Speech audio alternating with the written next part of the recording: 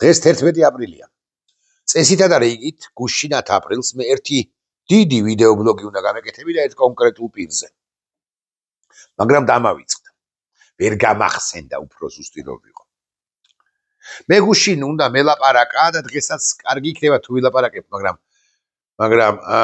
მოდი სხვაგვარად გადავწყვეტ თქვენის ნებართვით, სხვა ამბავს, სხვა პერსონას, სხვა პროცესებს მიუკავშირებ. მოკლედ გუშინ უნდა მელაპარაკა მე ლეხ კაჩინსკიზე, რომელიც ჩემი ფიქრით და არა მხოლოდ ჩემი ფიქრით მოკლეს 2010 წლის 10 აპრილს. აი 10 აპრილს 2016 წელს 16 წლის წინანდელი ამბავი უნდა გამიხსენებინა. ახლა ბევრი თქვენგანი მეტყვის რა იცი რომ მოკლეს, არ ვიცი, გულახდილად გეტყვით. თუმცა მახსენდება პოლონეთის თავდასხმის უწყების ბევრი რამდენიმე მაღალ ჩინოსანის მაშინდელი კომენტარები, რომლებშიც ეს ამ უწყების ხელმძღვანელები, მაღალ ჩინოსანები ამბობდნენ, რომ გაიulis დრო და ჩვენ კიდე გამოვიზიებთ და იმ ვერსიას გავაცამტვერებთო, რაც ახლა უკვე დამტკიცებულია ობჭყალებში. რა არის დამტკიცებული? დამტკიცებული არის, რომ რთული მეტეოპირობები იყო და დამტკიცებული არის, რომ ეკიპაჟს შესთავაზა ვითომ და რუსეთმა სათადარიგო აეროდრომი, მაგრამ ეკიპაჟმა არ გამოიყენა სათადარიგო აეროდრომი და სადა იმ აეროდრომისზე დასმა ბორტისა, რომელზეც ისედაც იყო ბორტის დასმა გათვალისწინებული, მაგრამ ვერ მოახერხა. იქ არის სხვა ვერსიების, მაგალითად ბორტზე მოხდა რაღაცა ინციდენტი, 96 მედიკაცია დაღუპული თქვენ მათ შორის ლეხ კაჩინსკის მეუღლეს, მთელი პოლიტიკური სამხედრო ელიტა პოლონეთისა, მაშინდელი პოლონეთისა. რამდენიმეს გამოკლებით ცხადია, პრემიერ-მინისტრი მაგალითად ტუსკი არ იყო ბორტზე. იქ სხვადასხვა ძალიან მოსეთი უცნაური ამბებიც იყო, მე გაირკვა ტუსკსა და კაჩინსკის შორის, მათ შორის თვითმფრინავის ბორტთან დაკავშირებით როგორი უნდა ყოფილიყო. ხო იყო გარკვეული კამათები, გარკვეული მსჯელობები ტუსკმა არ მისცა თვითმფრინავის მთავარი ბორტი პრეზიდენტს და ასე შემდეგ და ასე შემდეგ. დიდი კაცი იყო მოკლედ ლეხ კაჩინსკი. მთელი მსოფლიო გამოეხმაურა ფლიდად, პარისევლურად, რუსებიც გამოეხმაურდნენ. თითქოს ისინი ამ ყველაფერში მონაწილენი არ იყვნენ. დამნაშავენი არ არიან. გაივლის წლები და სანეძლაოს ჩამოვდივარ. ამ ახალი გამოძიებები ჩატარდება და უფრო სრული სიმართლე ითქმება იმასთან დაკავშირებით, რაც მოხდა 2010 წელს. ოღონდ ეს წლები საჭიროა ამისთვის და უფრო ზუსტი რო ვიყო, უნდა დადგეს პოსტპუტინისტური ეპოქა, პერიოდი და სულ სხვაგვარი ტიპოლოგიის, ტიპაჟების ხელისუფლება უნდა მოვიდეს რუსეთში, სათავეში. კაჩინსკი უნდა გამხსენებოდა, კი გითხარით, მაგრამ არ მithქვამს, რატო გამახსენდა დღეს 11-ში. სკროლვისას მე წავაწყდი მაკა თურქიას პოსტს. იმას არ ვიცნობ, მგონი, თუმცა მაინც დიახარაც ჩემი ფრენდია. ამას მე ვიცნობ, ბოდიშს ვიხდი, უბრალოდ ფრენდი არ არის.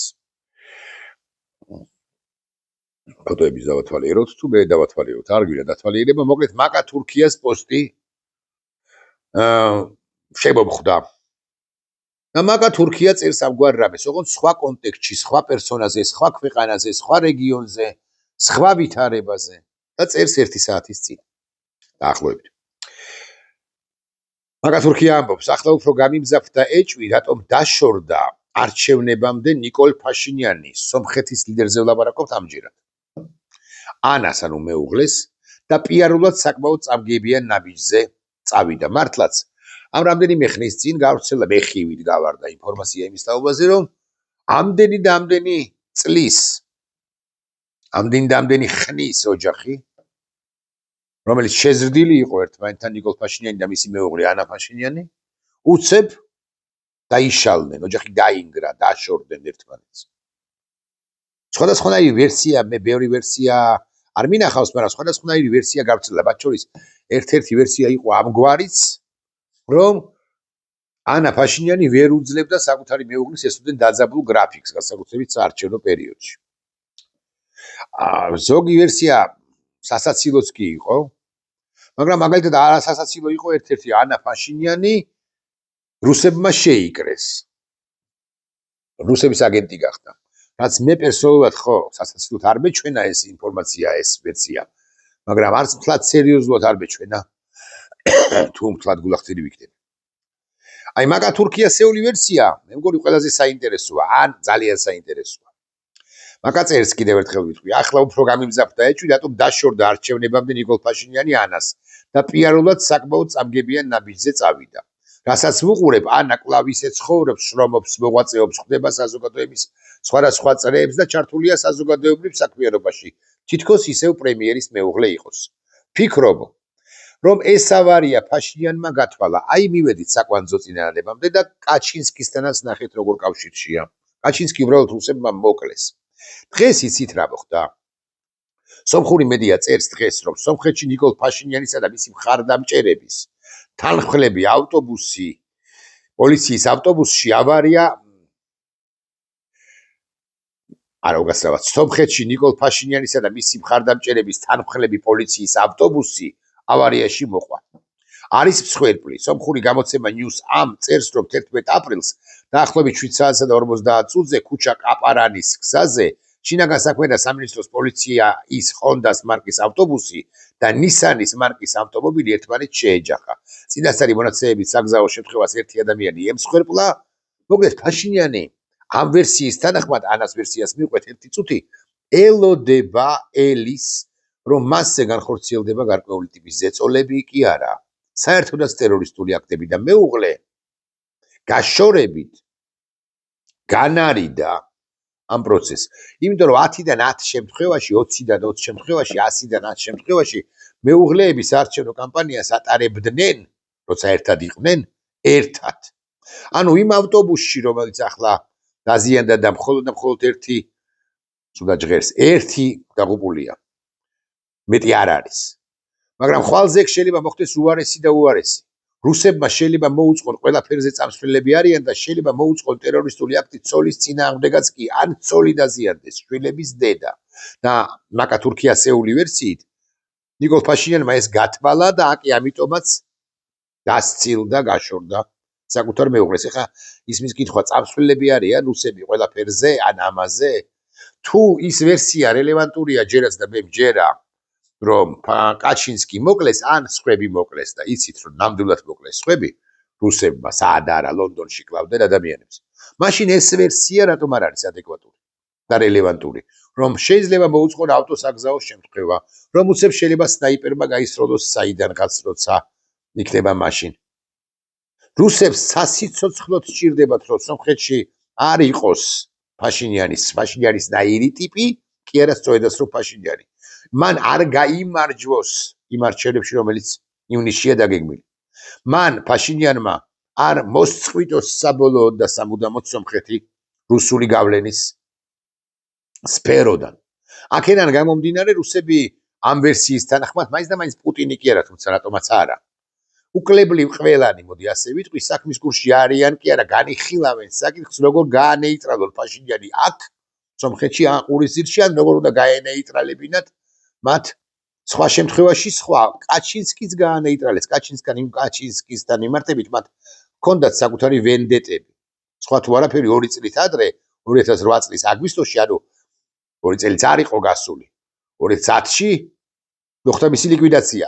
2008 წლის 12 აგვისტოს კაჩინსკი სხვა 5 ლიდერთან ერთად საქართველოში იმყოფებოდა რუსთაველის გამზირზე გამოდიოდა მგზნებარე სიტყვას ამბობდა, მხარს გვიჭერდა და რუსეთს ამხელდა იმ დანაშაულებში, რომლებიც მან რუსეთმა ჩაიდინა ჩვენს წინააღმდეგ და ამბობდა იმას, რომ რუსეთი ასეთი ბოროტმოქმედი სახელმწიფოა, რა მნიშვნელობა აქვს მედვედევი იქნება პრეზიდენტი თუ პუტინი თუ სხვა ნებისმიერი. ეხლა ანა კი არა, მაკა თურქიას პოსტის კითხვა განვაგრძოთ, რომელიც ანაზე წერს, სწორედაც რომ. ესე იგი, ხდებოდა საზოგადოების სხვადასხვა წრეებს, ჩართულია საზოგადოებრივ საქმიანობაში, ანუ ანა ფაშინიანი თითქოს ისევ პრემიერის მეუღლე იყოს. ფიქრობ, ეს ავარია ფაშინიანმა გათვალა, წერს მაკა. საარჩევნო პერიოდში ანა მისი შვილების დედა თან უნდა ჰყოლოდა, მან კი ასეთი სახით მოარიდა მოსალოდნელ რისკსა და ხიფათს. ეს იდეა შთამაგონა მათი ქონების, მათ ხო საერთო ქონება ჰქონდათ, ანას სახელზე გაფორმების ამბავმა, რომელიც დაშორების დროს სომხურ წყაროებში წავიკითხე, რადგან ფაშინიანი სულ დევნისა და დაპატიმრების ქონების კონფისკაციის რისკის ქვეშ იყო და ამიტომ არ იყვნენ ოფიციალურ ქორწინებაშიო. რაც დამართა პუტინმა კაჩინსკებს, იმის გათვალისწინებითაც არ მგონია და ვის გონია ის ავარია შემთხვევითი გამარჯვება ამ ურთულეს ბრძოლაში შესულ ამ უმჭკვიანეს გოგოს და ოჯახს. ალბათ გოგოს უფრო, ხო, უმჭკვიანეს ლიდერს უკაცრავად ესე წერს მაკა თურქია. მე თქვენ ისდებართვით, არ გამამხელ უბრალოდ ჯერჯერობით. სხვა იუზერის Facebook გვერდზეც შევიჭყიტები, თუმცა ის არაფერს ამ საკითხთან დაკავშირებით ყოველ შემთხვევაში არ წერს. ახლა მე კიდევ ერთხელ დავსვო კითხვას. სად არიან თუ არა თანახმანი ეს უკაცრავად იკადრებენ თუ არა, წავლენ თუ არა ამ ნაბიჯზე რუსები, რომ გაანადგურონ ყველა. მათ შორის ფაშინიანი. მოუსწრონ მას არჩევნებში მონაწილეობის საშუალება, შესაძლებლობა და მოუსწრონ ამ გზით. გაგიკვირდებათ და ამის გამკეთებლები არიან. FSB მუშაობს, კავკასიის რეგიონში, კონკრეტულად სომხეთში, საქართველოში ხომ მუშაობს და მუშაობს.